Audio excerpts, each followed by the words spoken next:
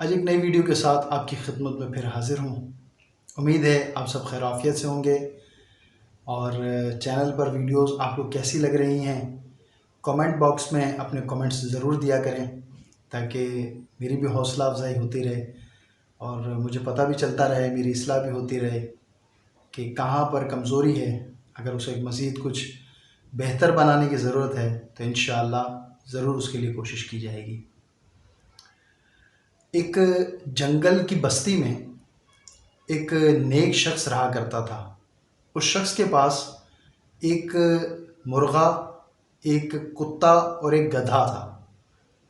مرغا صبح کی نماز کے لیے جگاتا، گدھے پر وہ اپنا ساز و سامان وغیرہ لاد کر لایا کرتا تھا، اور کتا اس کے مال و متاع کی رکھوالی کیا کرتا تھا۔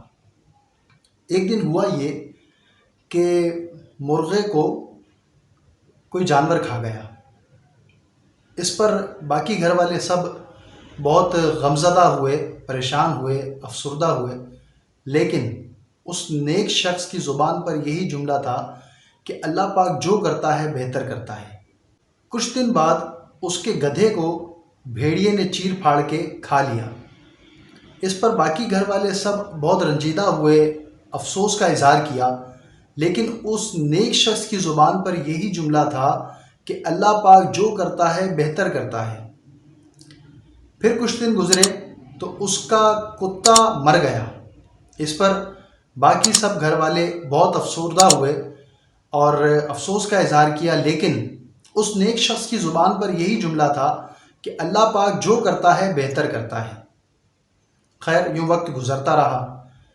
کچھ دن گزرے تو اس بستی پر دشمنوں نے حملہ کیا، اور جانوروں کی آواز سن سن کر لوگوں کے گھروں پر حملہ کیا، اور جہاں سے جانوروں کی آواز آ رہی تھی اس گھر والوں کو اغوا کر کے اپنے ساتھ لے گئے۔